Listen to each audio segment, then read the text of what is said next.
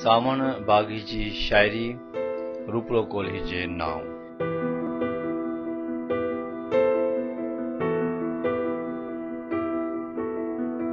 सितारनि जे बदन जहिड़ी पया याद खे मेड़ियूं, सुतल तारीख़ जे निज में फुटल बेसर जी मीठल। असीं पिया आप थिया खेड़ियूं, असां सभु रूह जा वेला। ख़याल जा हसीं मेला, सहर जा डांगरा रोड़े, खुशबू पल वसल वेला। कयूं था नाम तहकम जे, अंदर में जंहिं रची ॿोली, किथे आ रूपड़ो कोल्ही, किथे आ रूपड़ो कोल्ही।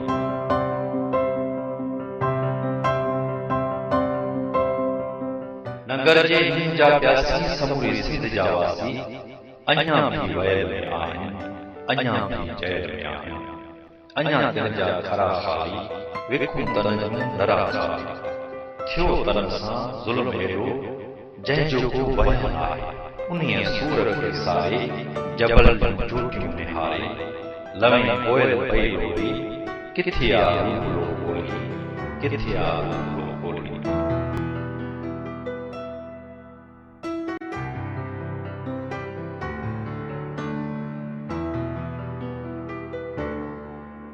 चकोरनि चंग छेड़िया जे, उन्हनि जे साज़ मां कोई फुटो सुहावो अञा आहे।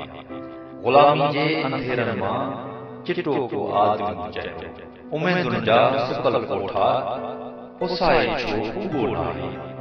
कुंवारे आस जा पंछी मुक़दर जन रहियो आहे। कॾहिं पिंजरो कॾहिं ॿोली, किथे आ रूपड़ो कोल्ही, किथे आ रूपड़ो कोल्ही।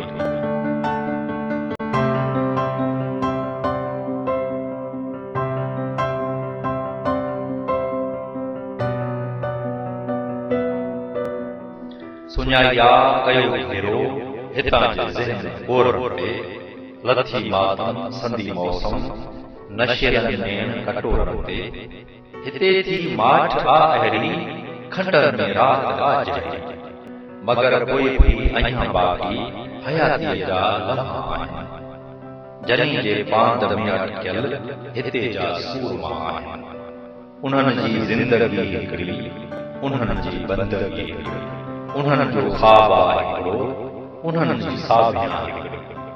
उहे था बस इहो चाहिनि, संवारे देश पंहिंजे खे, कुंवारे देश पंहिंजे खे। आज़ादीअ सां पढ़णु, ख़ुशीअ जा कुझ नज़म ॻायूं, सिंधुअ ते का झुमिर पायूं।